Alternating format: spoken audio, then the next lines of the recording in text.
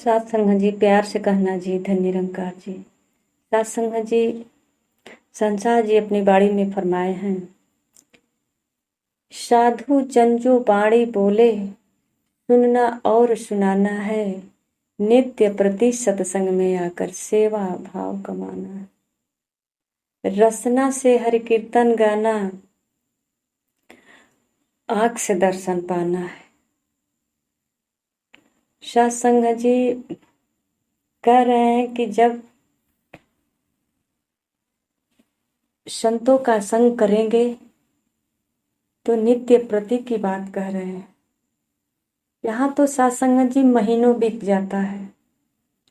सात संगत जी संतों का संग करे और जो साधु की वाणी आती है, जो संगत से जो विचार आता है उसको सुने ध्यान पूर्वक। और सात संगत जी सेवा का भाव कमाना है। आ करके सत्संग में सेवा का भाव बने। सात संगत जी सेवा तो हम करते ही हैं, सुबह से लेकर शाम तक कार्य करते हैं। जो हम करते हैं, हम कहते हैं कि हमने इतना काम किया, पर सात संगत जी उसी को ये भाव कमाने की बात कह रहे हैं कि सेवा का भाव कमाएं। जो कर रहे हैं ये संसार में सब सेवा कर रहे हैं।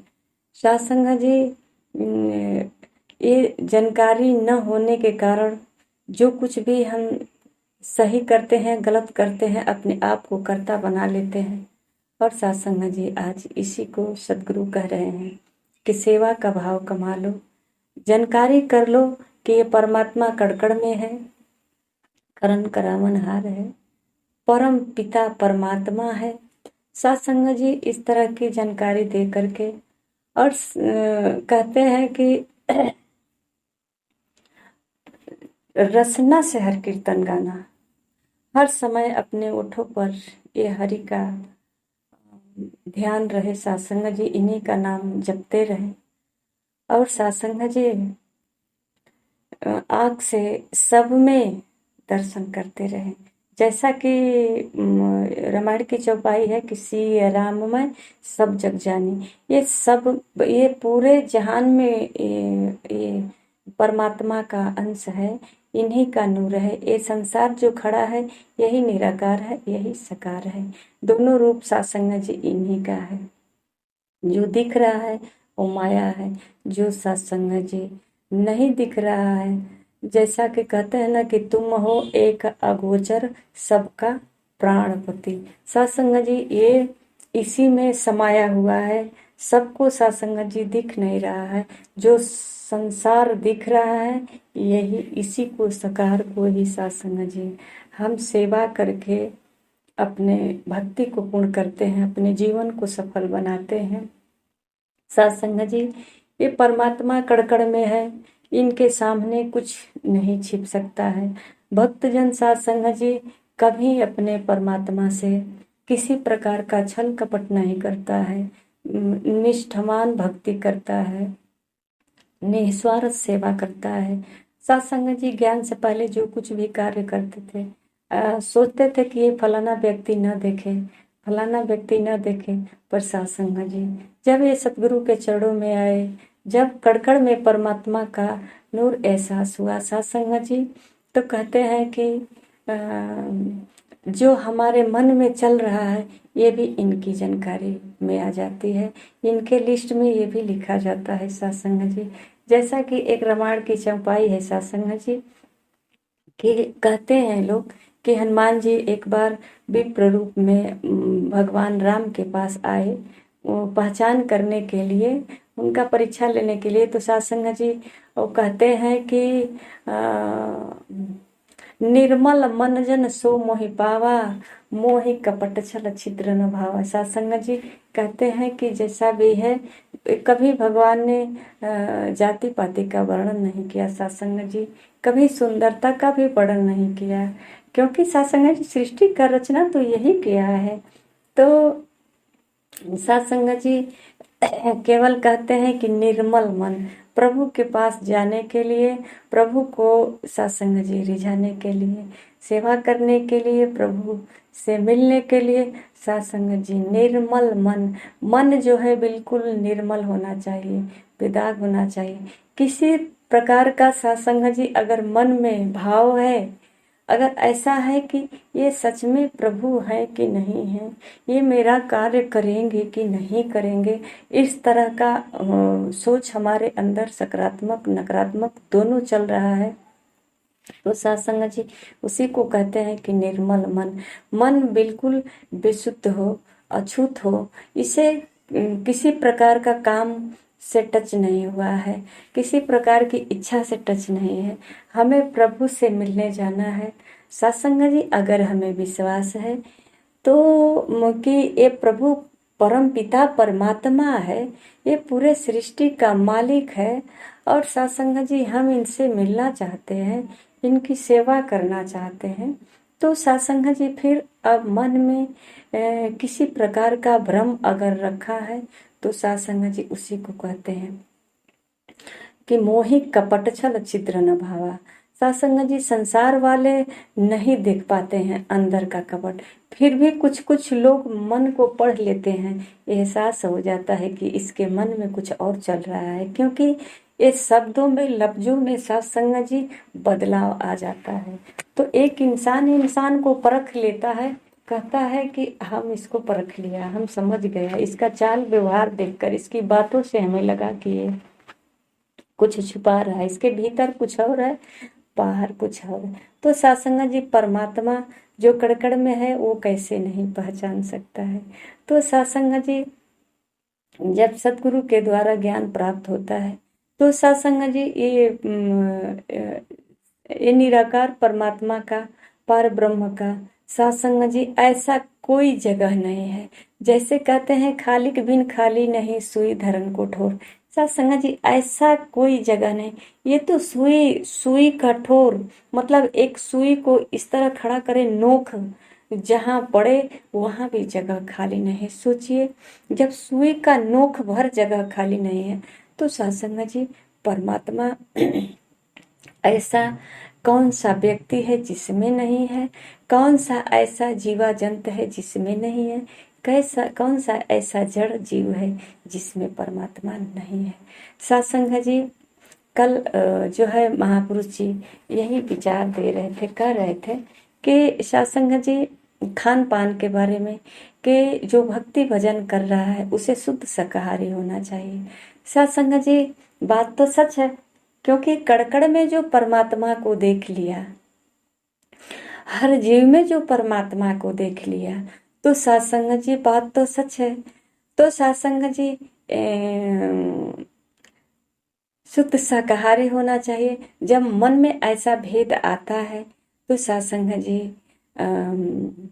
हमें नहीं खाना चाहिए, क्योंकि जब एक चींटी को बनाने का हमारे पास शक्ति नहीं है तो सत्संग जी मारने का भी कोई अधिकार नहीं है। हमें इस बात का पता चल गया कि ये परमात्मा बनाया है और सब में है। एक चींटी अगर चल रही है तो ये परमात्मा ही चल रहा है, इनकी ही शक्ति से चल रहा है, भले ही चींटी का शरीर है। तो सत्संग जी ये संसार में जो कुछ भी बना है ये सब निराकार साकार एक ही है। जैसा हम हर समय गाते हैं ना कि तेरा रूप है ये संसार, हे समर्थ परमात्मा कड़कड़ तेरा वास, करन करावन हार तू सब कुछ तेरे पास।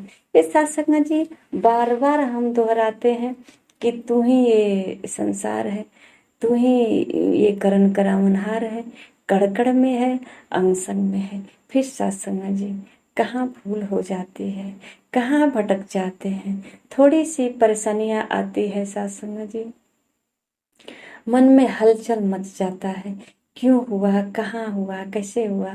सत्संग जी कभी कभी तो सुनने में आता है कि लोग कहते हैं सदगुरु हमसे परीक्षा ले रहा है, माता जी परीक्षा ले रही हैं। सत्संग जी परीक्षा तो उसी की होती है जो 1 साल तक पढ़ाई करता है, साल में एक बार परीक्षा होती है।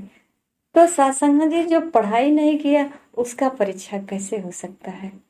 हम जो है पूर्ण रूप से संगत नहीं कर पाए, सेवा नहीं कर पाए, सुमिरन नहीं कर पाए, तो परीक्षा किस बात की होगी। एक अनाड़ी घूमने फिरने वाले बच्चे का परीक्षा कोई नहीं ले सकता है।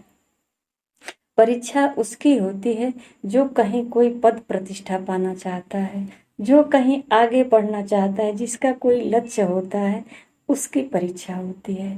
तो आइए सत्संग जी, अगर सच में हम दिल से भक्ति कर रहे हैं सेवा सुमिरन हर पल हर समय भक्ति भजन कर रहे हैं, तो सत्संग जी कुछ तो ये भक्ति भजन का भी तो असर पड़ गया होगा कि ये परमात्मा कड़कड़ में है।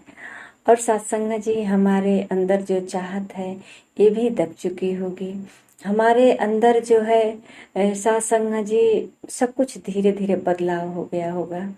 सत्संग जी अगर क्रोध कुछ आता है अंदर से तो कुछ पाने के लिए ही आता है कि संसार की वस्तु जो हम चाहते हैं वो नहीं प्राप्त होता है तो क्रोध आ जाता है। और सत्संग जी जब मिल जाता है तो खुशियाँ मिलती है, प्रेम उमड़ पड़ता है। जैसे कोई व्यक्ति अगर सेवा कर देता है, प्यार से दो चार बातें कर देता है और सत्संग जी कुछ मिलता है उससे तो हमें लगता है बहुत प्यारा है, हमारे दिल से उसके प्रति बहुत दुआ आती है, प्रेम आता है और कहते हैं बहुत अच्छा है। तो सत्संग जी ठीक उसी समय एक और आता है जो हमारे साथ ढंग से बात भी नहीं करता है और हमें कुछ देता भी नहीं है, हमें इज्जत तक भी नहीं करता है, मतलब कि मेरा मान सम्मान नहीं किया, तो हम कहते हैं ये बेढंगी है, इसका ढंग नहीं है, ये मतलब कि ये सही नहीं है। तो सत्संग जी ये दोनों में क्या फर्क है, एक ने मुझे प्यार दिया एक ने नहीं दिया। सत्संग जी दोनों का अपना अपना स्वभाव है, मुझे क्यों ऐसा लग रहा है कि वो सही है वो सही नहीं है। दोनों ने तो अपना स्वभाव का प्रदर्शन किया, जो दोनों ने जो जैसा उनके दिल में आया वो किया, तो फिर मुझे क्यों सही और गलत का वहाँ पे जो है परिणाम निकला। सत्संग जी ये क्योंकि ये हमारे मन की वृत्ति है, हम जैसा चाहते थे वैसा दोनों नहीं दिखा, केवल एक दिखा और एक को जो है हमने प्रशंसा किया, एक से खुशी मिले, एक से आनंद मिला। तो सत्संग जी गलती फिर कहाँ है, एक कमी फिर कहाँ है, हमारे अंदर है। ये हमें चाहिए था और इसी चाहत ने एक को दोषी ठहरा दिया, एक को अच्छा बना दिया। दोनों ही अच्छे हैं क्योंकि दोनों ने अपने अपने स्वभाव से पेश आए। सत्संग जी दोनों को ही परमात्मा ने बनाया है और दोनों में ही परमात्मा। अगर दोनों की स्वभाव से सामना करने की शक्ति नहीं है तो यहाँ मेरी इच्छा मेरी चाहत हर मेरी कल्पना या मैं अपने को ही जो है मान देता हूँ, सम्मान देता हूँ, मैं सब कुछ अपने को ही समझता हूँ कि मैं जो कुछ हूँ मैं हूँ। तो सत्संग जी ये सदगुरु के द्वारा जब ज्ञान प्राप्त हो जाता है तो ये सत्संग जी न चाहत रह जाती है, न कोई मान प्रतिष्ठा की अभिलाषा रह जाती है। सत्संग जी इस संसार में सबका स्वभाव अपना अलग अलग है और प्राकृतिक का देन है। कहते हैं सत्संग जी कि किसी के खेत से धान निकलता है तो किसी के खेत से गेहूं निकलता है तो किसी के खेत से सब्जी निकलता है, क्योंकि सत्संग जी जिस तरह का जो बीज डाला है उस तरह का निकलता है।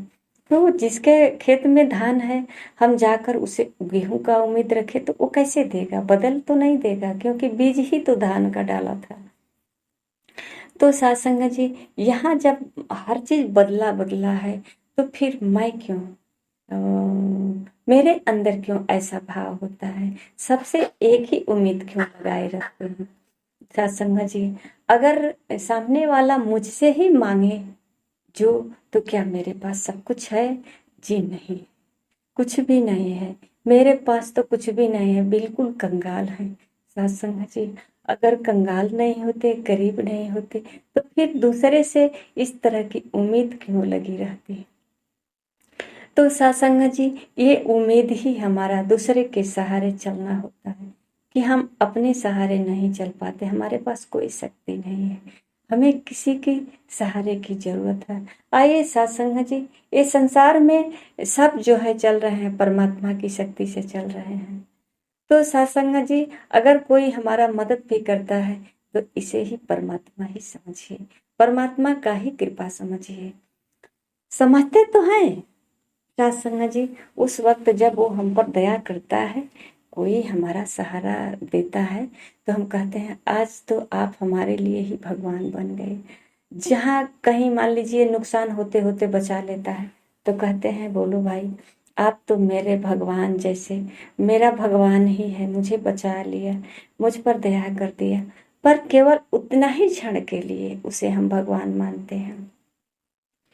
तो सत्संग जी, कहीं न कहीं ये हमारे अंदर ये सोचने समझने की जो शक्ति है, इसी में बदलाव आता है। और सत्संग जी, यही कमी जो है हमें सहज नहीं बनने देती है। तो आइए सत्संग जी, हम सतगुरु से ज्ञान प्राप्त करने के बाद अगर हमारे दिल में ऐसा वृत्तियां बनती है, ऐसा भाव प्रकट होता है, तो ये सत्संग जी सेवा का भाव नहीं है। कहते हैं नित्य प्रति सत्संग में आकर सेवा का भाव कमाना है। सत्संग जी, केवल निस्वार्थ, निर्छल, निष्ठावान हो। और सत्संग जी, अगर हम किसी का सेवा करते हैं तो ऐसा उम्मीद लगाकर नहीं कि तू क्या है, बड़ा आदमी है या गरीब आदमी है, तू किसी अच्छे जाति का है या फिर नीच जाति का है। सत्संग जी, ये तो यहाँ भेद ही खत्म कर दिया। क्योंकि सत्संग जी, ये संसार में जो भी संसार खड़ा है या संसार में जो भी जीव जड़ जितने हैं पशु पक्षी, ये सब परमात्मा का ही नूर है, सब में परमात्मा समाया हुआ है। सब जो जो अपना अपना क्रियाक्रम करता है, ये सब प्रकृति का बनाया हुआ पहले से ही स्वतः सब चल रहा है। सत्संग जी, किसी के चलाए कोई नहीं चलता है। तो आइए सत्संग जी, इस तरह का जब भाव विचार बन जाता है, तो अगर कोई मेरे सामने आकर गाली भी देता है, तो सत्संग जी, ये अपने अंदर एहसास कर लेना चाहिए कि कहीं इसके साथ हमारा कोई गलत व्यवहार तो नहीं हो गया। जो ये चाहता था कहीं हमसे वो हो नहीं पाया, क्यों गाली दे रहा है। तो सत्संग जी, ये गाली इसके मुख से निकलता है और मजबूत हमें बनाता है, सजाता हमको है। सत्संग जी, जैसे देखिए शादी विवाह घर किसी और का होता है और सजाने वाला बाहर से आता है और पूरे गली मोहल्ले घर सजा कर चला जाता है। सत्संग जी, इसी प्रकार जो है, अगर कोई मुझे किसी प्रकार का ताना बाना मारता है, तो कहीं न कहीं ये मेरे लिए ही, मेरे कल्याण के लिए ही कर रहा है। तो जो सत्संग जी गुरसिक होते हैं, अपने सदगुरु को धन्यवाद देते हैं, प्रभु अच्छा तो ये बात है, आज ये कमी हो गई हमारे अंदर। तो सत्संग जी, वो सामने वाले को सुधारने के बजाय अपने सुधारने का प्रयास करता है। वो समझ जाता है कि कहीं न कहीं हमारे नजरों में दोष है, हमारी वाणी में दोष है, या मेरा चाल व्यवहार में दोष है। तो जो कहा उसे हम स्वीकार कर लिए, ठीक है, हम अपने आप को सुधारने का प्रयास करेंगे। इस तरह का सत्संग जी भावना बन जाता है। तो सत्संग जी, ये भाव ही हमारे लिए लाभदायक होता है कि किसी के प्रति कोई शिकवा शिकायत नहीं रहता है। तब कहते हैं कि निर्मल मन जन सो मोहि पावा। ये मन निर्मल हो जाता है जब कड़कड़ में परमात्मा को एहसास करते हैं। तो सत्संग जी, किसी के प्रति न बैर रह जाता है, न विरोध रह जाता है, सिर्फ न प्रेम। कहते हैं ना कबीर जी कि ना कहूं से दोस्ती, ना कहूं से बैर। न किसी से दोस्ती है, न किसी से बैर। अगर दोस्ती है तो बैर जरूर होगा, अगर बैर है तो एक दिन दोस्ती जरूर होगी। जैसा कि सत्संग जी का, हम रास्ते में कहीं जाते हैं, बस में हो, ट्रेन में हो, सफर में, पैदल हो, जैसे भी हो, बहुत सारे राही आते जाते हैं, पर सत्संग जी उनकी लाभ हानि से हमें कोई फायदा नहीं होता, न नुकसान होता। वो क्या कर रहे हैं ये भी मुझे कोई फर्क नहीं पड़ता। पर कुछ ऐसे व्यक्ति मिलते हैं जिसको जो है नुकसान होता है तो हमको बहुत अच्छा लगता है, तो उसे कहते हैं इससे हमारा बैर है। और सत्संग जी कुछ ऐसे व्यक्ति मिलते हैं जिसका नुकसान होता है तो मुझे बहुत कष्ट होता है, कहते हैं वो हमारा दोस्त है। तो आइए सत्संग जी, किसी का नुकसान और फायदा न हमारी वजह से हो रही है, ये सब परमात्मा की वजह से हो रही है। इसमें हमें न कष्ट होना चाहिए और न सुख होना चाहिए। अगर सुख और दुख का दोनों का अनुभूति हो रही है तो सत्संग जी अभी कहीं न कहीं हमारे अंदर ये छल कपट वाली जो है, स्वार्थ वाली भावना जकड़ी हुई है।